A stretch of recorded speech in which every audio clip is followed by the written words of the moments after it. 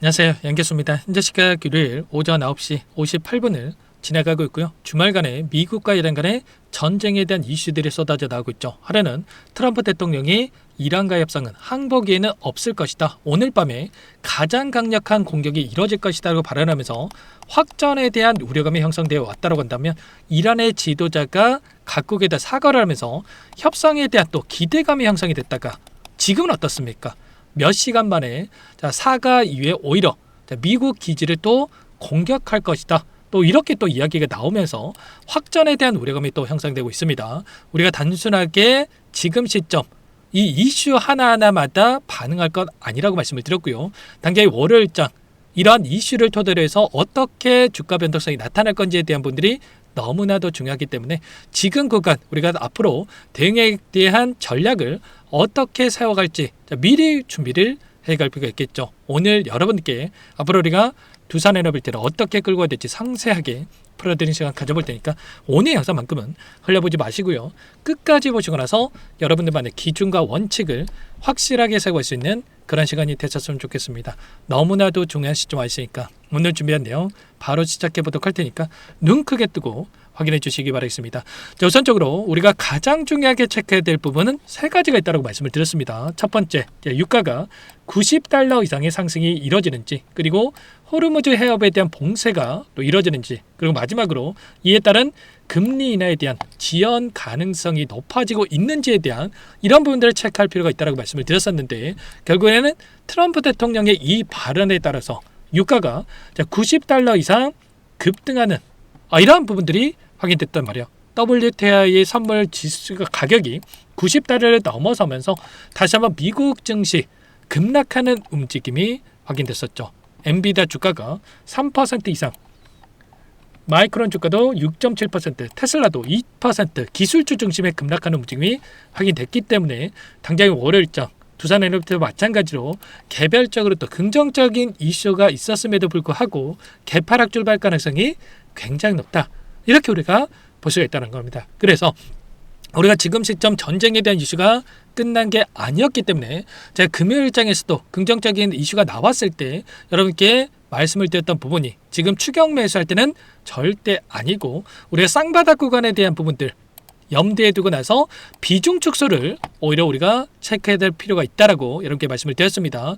결국엔 지금 개별적인 이슈보다 더 외부적인 요인으로 인해서 크게 변동성을 만들고 있기 때문에 과연 전쟁에 대한 이슈가 어떻게 주가에 영향을 미칠 것인가에 대한 부분들이 그 어느 때보다 중요하다고 말씀을 드렸습니다. 자, 그래서 이때 제가 말씀을 드렸던 부분이 결국에는 이 구간에서만큼은 매수 영역에 대한 부분들 다시 한번 물량을 늘려가는 대응에 대한 부분들 말씀을 드렸고 금요일장 이 상승 파동 안에서는 비중 축소에 대한 부분들을 말씀을 드렸단 말이에요. 왜 이렇게 여러분께 말씀을 드렸습니까? 결국에는 전쟁에 대한 이슈가 나타났을 때 특정 패턴의 움직임이 있었고요.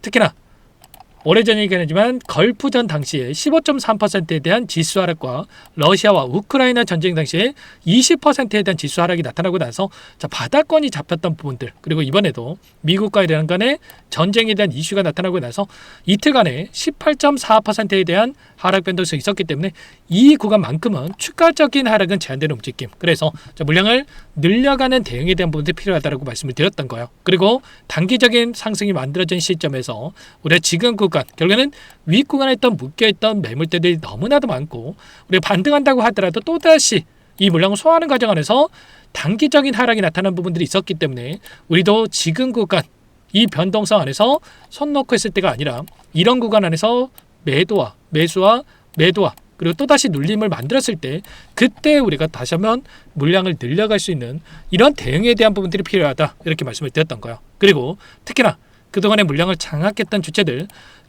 외인들의 이 물량 변화, 이 포지션에 대한 부분들이 굉장히 중요하다고 말씀을 드렸었는데 이들의 포지션이 하락을 가리키고 물량을 집어넣고 있는 부분들이 확인되고 있었단 말이에요.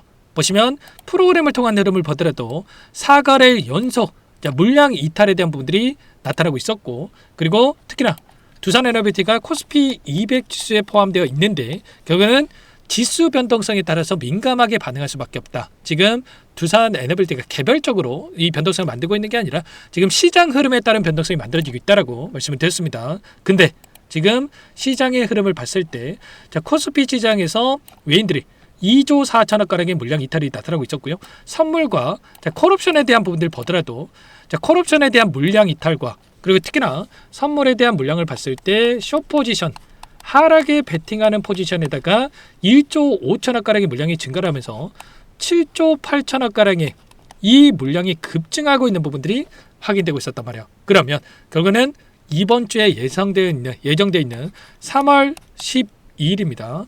3월 10일 선물과 옵션 이 동시 만기까지는 이들이 하락을 바라보고 변동성을 만들 수 있는 이런 부분들을 우리가 생각할 수가 있다는 거예요. 전쟁에 대한 이슈를 가지고 이들이 의도적인 움직임을 만들어갈 가능성이 굉장히 높다는 겁니다.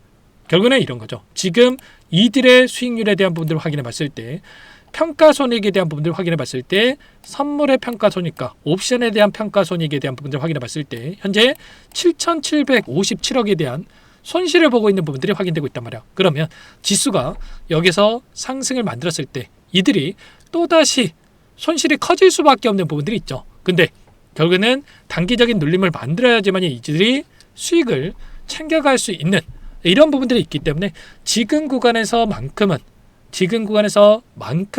우리가 단기적으로 계속해서 반등한다라는 생각보다도 이 일정까지는 변동성이 커질 수 있다라는 부분들, 그 변동성 안에서 우리가 다시 한번 어디에서 공격적으로 물량을 늘려갈 건지에 대한 이런 구간에 대한 대응만 준비를 해갈 필요가 있겠습니다.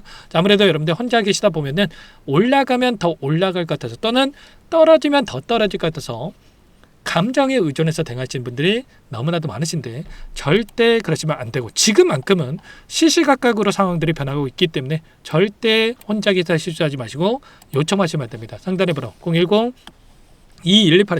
010-2128-8840번으로 두산 자, 두 글자만 남겨놓으시면 전부 다 여러분께 대응이 필요한 시점에 왔을 때 당장 월요일장 시초가에 어떻게 움직임을 가져가는지가 너무나도 중요하다고 말씀을 드렸고요. 얼마 원 자, 비중까지 적어서 전부 다 여러분께 문자로 공유를 드릴 테니까 빠르게 두산이라고 남겨놓고 나서 함께 대응을 해가시면 될 것 같습니다. 아시겠죠? 지금 다시 한번 트럼프 대통령이 이란에 대한 공격에 대한 이야기들이 계속해서 이야기를 하고 있고요. 그리고 유가에 대한 부분들에 있어서도 호르무즈 해협에 대한 봉쇄가 완벽하게 이뤄진 건 아니지만 그리고 트럼프 대통령이 또 유가를 낮추겠다라고 이야기는 하고 있지만 결국에는 이 호르무즈 해협이 일전에 진행이 됐던 부분들과 원산 복구가 되지 않는 이상은 결국은 이 정책적으로 유가를 떨어뜨리기는 어려울 수밖에 없단 말이에요. 그래서 이런 변동성에 따라서 지금 주가도 움직일 수밖에 없고 그 가운데서 지금 해야 될 거는 실시간으로 체크하는 게 굉장히 중요합니다. 오전 다르고 오후 다르고 저녁 다르고 새벽 다르고 계속해서 시시각각으로 이슈들이 쏟아져 나오고 있고 그에 따른 이 변동성이 커지고 있기 때문에 실시간으로 파악하는 게 굉장히 중요하다. 그리고 특히나 외인들의 이 파생 상품에 대한 이 포지션 변화에 대한 부분들을 확인하는 게 굉장히 중요하기 때문에 이런 부분들을 제가 실시간으로 체크하면서 여러분께 공유를 드릴 테니까 두산이라고 미리 남겨놓고 나서 함께 대응을 해가 보시기 바랍니다. 원래는 영상 안에서 이런 부분들을 전부 다 말씀을 드렸었는데 지금은 좀 전에 말씀을 드렸다시피 계속해서 변동성이 커지고 있기 때문에 실시간 대응이 그 어느 때보다 중요하다는 거예요. 그래서 제가 단체 문자를 토대로 해서 대응이 필요한 시점에서 여러분들께 공유를 드릴 테니까 번업하시다가 문자 한 통 확인하시고 나서 여러분들 대응을 해가 보시면 될 것 같습니다. 전부 다 무료로 여러분들께 도움을 드리고 있고요. 무료로 도움을 드리고 있는 만큼 구독과 좋아요 이 정도 한 번씩 꼭 눌러주시고 요청을 해 놓으시면 될 것 같습니다. 또 오늘 이렇게 말씀을 드렸다고 해서 불안해할 이유 전혀 없고요. 제가 이렇게 말씀을 드리는 게 결국에는 매도 관점에서 말씀을 드리는 게 아니라 매수 관점에서 이렇게 말씀을 드리는 거예요. 결국에는 다시 한번 올라갈 수밖에 없는 재료와 모멘텀이 있다. 다만 이 안에서 외부적인 이 전쟁 이슈를 가지고 의도적인 움직임들이 나타나고 있기 때문에 손 놓고 있기보다도 이가 의도적인 변동성 안에서 효율적인 대응에 대한 부분들이 필요하다 이렇게 볼 수가 있겠죠. 금요일장에서도 자, 어떤 이슈가 있었습니까? 바로 가스터빈 관련해서 7기에 대한 이 공급 계약 이슈가 있었단 말이야. 한 기당 1,500억만 계산해 본다고 하더라도 최소한 1조가량의 이런 수주에 대한 부분들이 이루어졌다 이렇게 볼 수가 있겠고요. 추가적으로 추가적으로 이런 수주들이 계속해서 이뤄질 가능성이 굉장히 높아지고 있기 때문에 결국에는 전쟁에 대한 이슈가 마무리가 된다고 했을 때 다시 한번 신고가 영역으로 갈 수 있는 이런 부분들이 있기 때문에 지금 구간에서는 어디에서 우리가 다시 한번 물량을 늘려가고 이 변동성을 활용해서 어떻게 수익을 극대화해 가느냐, 이게 너무나도 중요하다, 이렇게 볼 수가 있겠습니다. 아시겠죠? 자, 오늘 영상 여기서 마치도록 하겠고요. 두산이라고 여러분들 빠르게 남겨놓으시면 제가 한번 꼼꼼하게 확인하고 나서 추가적인 이 대응에 대한 분들을 함께 공유를 드려보도록 하겠습니다. 제가 추가적인 내용들 확인하고 나서 문자 또는 다음 영상을 터들어서 찾아뵐 테니까 그때 다시 한번 뵙도록 하죠.